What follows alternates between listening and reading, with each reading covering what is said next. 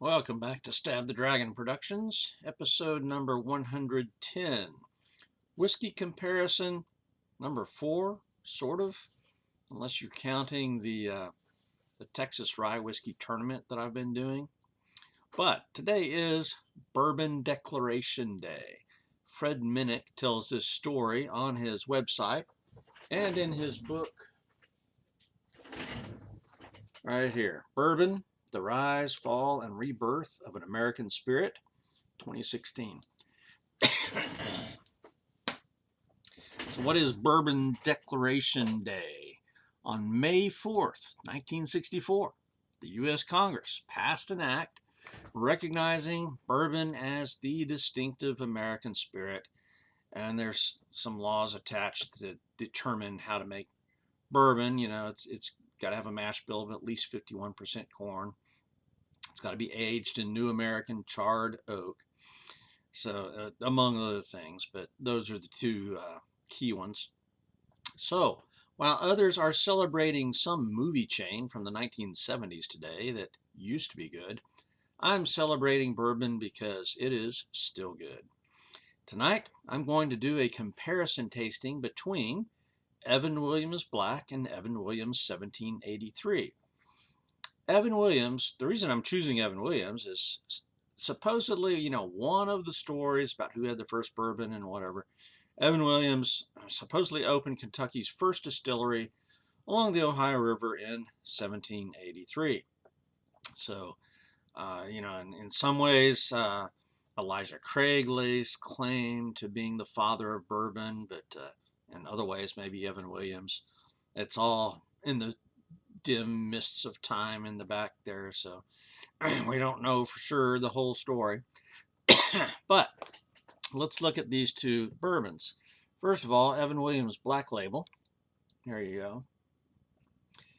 This is listed as a straight whiskey, Kentucky bourbon. And it says since 1783. This is 43% alcohol by volume, which means it's 86 proof. And the straight bourbon, what that means depends on where you read. I mean, I read several sources, and usually I think it means it's got to be aged at least 2 years to be a straight bourbon. Other people say 4 years, but that's bottled in bond. Okay, so I'm going with 2 years. At any rate, it's 86 proof. And the mash bill for this is 78% corn, 12% barley, 10% rye. And the prices for this, Total Wine, $11.99. This is in Fort Worth, Texas. Specs, it's $13.46. Goody Goody, $12.49. And this is May of 2023. And in this corner, we've got Evan Williams 1783. Now this is a small batch. It says extra aged in white oak, and this is 90 proof or 45% alcohol by volume. So extra age, who knows what that means. One side I read said that Evan Williams chooses 300 barrels and they blend it to get their release for this. But their big seller, is the Black Label here, and that's going to be a well whiskey in a lot of bars and restaurants, I think. But the 1783 at 90 proof, Total Wine, $15.99. Specs, $19.99. Goody Goody, $17.99. Now, my wife has mixed up these glasses, so I don't know which is which, but let's do the visual comparison and see what we think.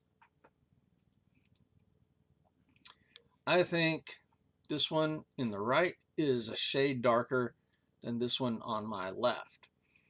And so I'm thinking this one is probably the 1783. So there should be a number 1 on a sticker underneath and a number 2 under this one. So I'm going to put these by the respective bottles that I think they are. Let's hold the bottles up here and see if you can tell. I don't think you can tell in the bottle. They look remarkably similar. Well, I don't know. 1783, yeah, it's a little bit darker in the bottle. There you go. So just visual, I think that's probably how it's going to work. Now, in these comparisons, what I'm going to simply do is try to figure out which is which, but also which one I like the best. So I tend to prefer visually the darker whiskeys. So I'm going to say that's my preference for its color. Let's go to the nose, and I'll start here with the lighter colored one.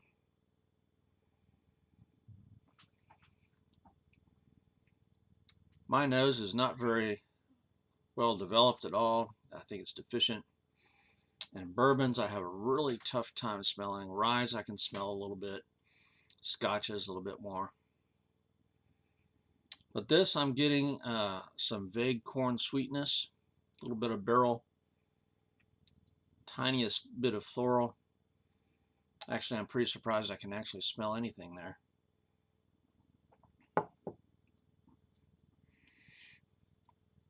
This darker one,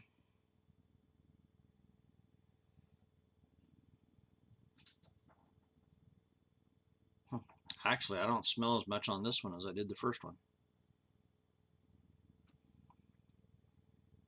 Very similar nose, but I think fainter. That's odd. Again, my nose is just inadequate for the task. So now we're going to do the taste test.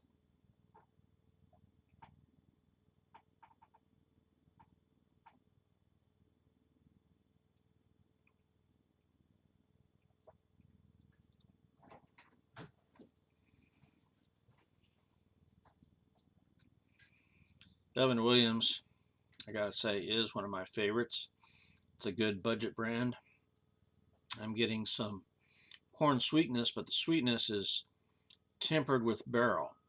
So this is not overly sweet. Things like Four Roses, Four Roses, Old Forester, they're just too sweet for me. So that's one reason I like Evan Williams. Is it's just not as sweet, and the barrel comes through.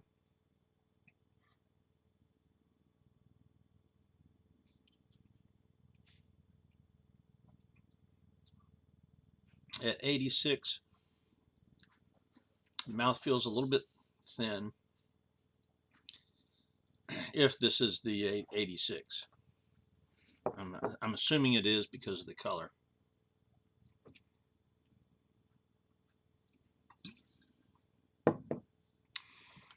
The finish has just a little bit of the barrel, a little bit, just a hint of bitter, but not in a bad way. And it's a moderate finish.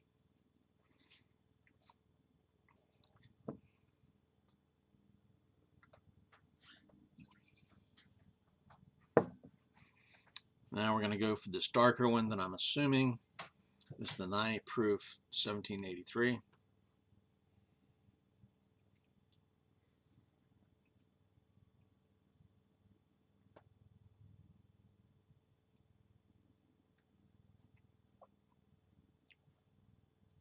You wouldn't think that 4 extra proof points would make a difference in the mouthfeel, but this has a richer mouthfeel.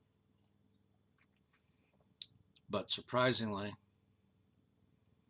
that may be the only improvement. I'm not really getting much more flavor on this one.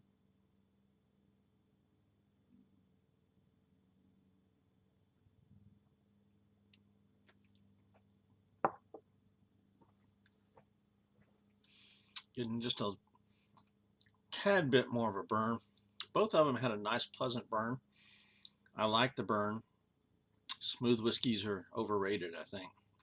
But neither of these has a bad ethanol burn. This is just a pleasant whiskey burn.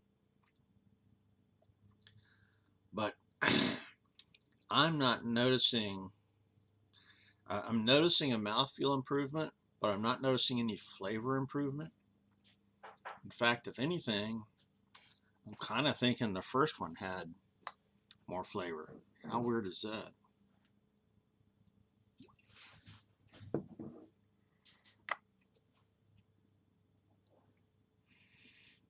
This is It's very close.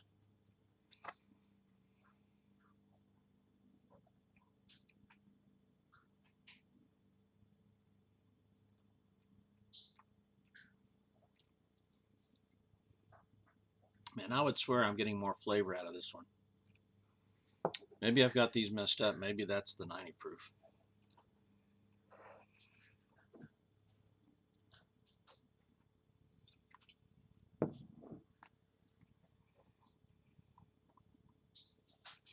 This is darker.